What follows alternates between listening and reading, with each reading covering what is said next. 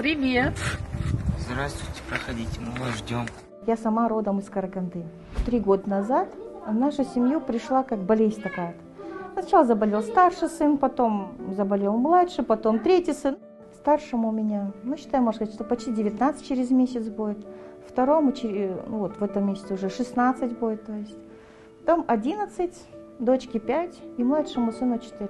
Так как у нашей болезнь была это в основном эпилепсия, в Караганде сложно с врачами, особенно с эпилептологами. И мы мотались то в Алмату, то в Астану, к врачам.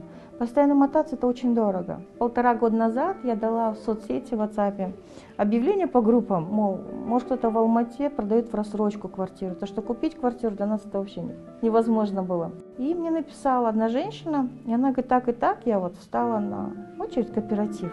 Я созвонилась с кооперативом, у нас еще в Караганде не было офиса этого. Это был офис в Астане. Все говорили, что это обман, что этого невозможно, а с чего он зарабатывает, этот учредитель, там по-любому, где-то накручивает.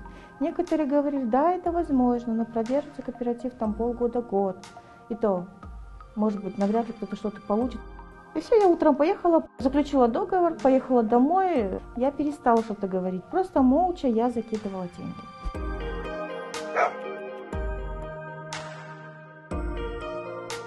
Мы когда сюда приехали, вот тогда мы в одной комнате сидели. Я говорю, что вы сидите, идите в другую комнату. Радостно было, что нас никто не выгонит. Хозяин квартиры не постучится, мол, оплата там или что-то еще. Это у нас комната, спальня моя и дочки, и младшего сына, наверное, тоже. Это комната вот 2 сыновей Мухаммеда и Мади. Это комната старшего сына. И мини-уголок дочки, ее кукол. Это зал у нас большой, очень широкий. Мы о таком доме только мечтали, и наша мечта воплотилась в реальность. Это мой уголок, моя отдушина. И просто начинаю что-нибудь творить. Творить, много творить. Сладости разные, торты, шоколадки, конфеты, то есть. Очень много лет мечтала именно о такой кухне. Большое спасибо всей команде Рой, то, что дают шанс людям приобрести дом, рассрочку. Моя мама испекла торт для команды Рой. Я была полноценной, нормальной. В свое время работала торговым представителем, могла пешком пройти 250-300 магазинов в день. Где-то лет 6 назад, наверное, начала на дому печь. Например, за сутки могла, наверное, 60-70 тортов собрать. Жизнь кипела полностью. Но, как врач сказал, любой нервный стресс, потрясение, она не остается без следа. Я стала чувствовать, что руки, ноги стали слабеть.